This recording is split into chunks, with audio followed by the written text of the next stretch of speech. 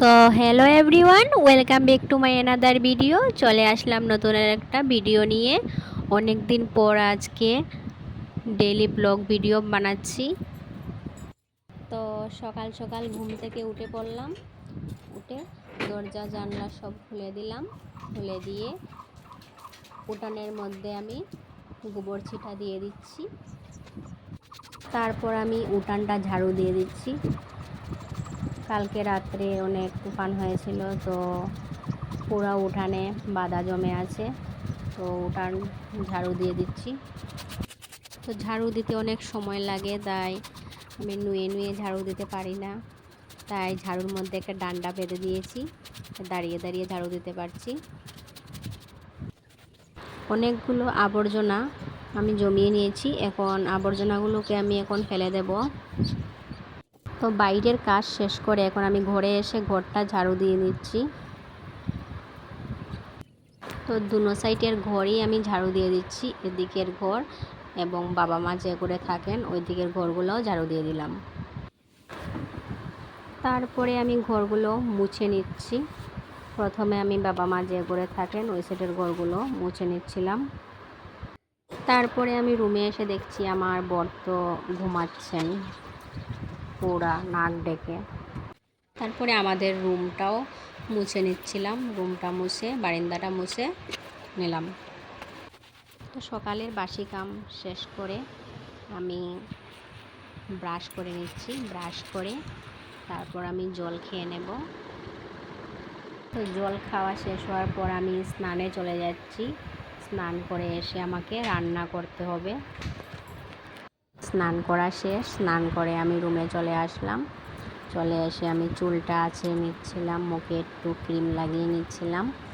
তারপর সিঁদুরটা দিয়ে দিলাম। দিয়ে আমি বিছনাটা ঠিক করে নিচ্ছিলাম। বর একটু দেরিতে ঘুম থেকে উঠেছেন, তাই বিছনাটা তোলা হয়নি সকালবেলা। এখন আমি বিছনাটা তুলে নিচ্ছি।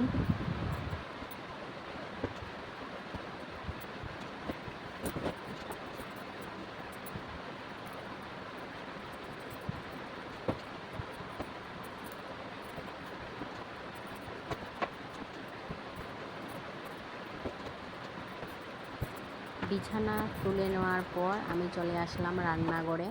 রান্নাঘরে এসে প্রথমে আমি ভাতটা বসিয়ে দিলাম।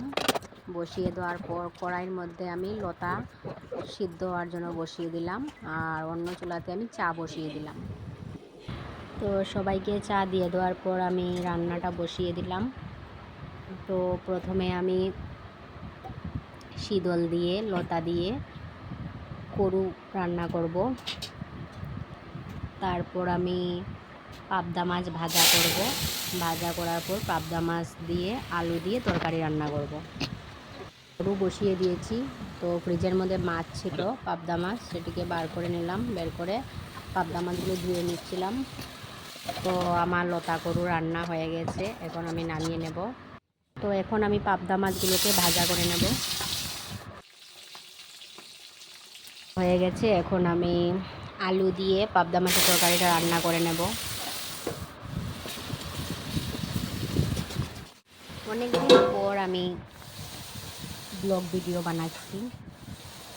তোমরা অনেকেই আমাকে বলেছো যে আমি কেন ব্লগ ভিডিও আপলোড করছি না, কী কারণ। মেন কথা আমি টাইমই পাচ্ছিলাম না, তাই আমি দিতে পারছিলাম না ব্লগ ভিডিও। তো আজকে থেকে আবার শুরু করলাম, ব্লগ ভিডিও আপলোড করব।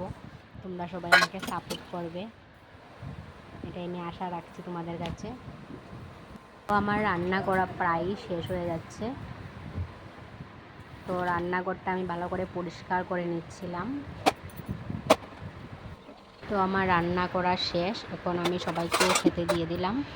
তো এখন আমার বর খাচ্ছেন।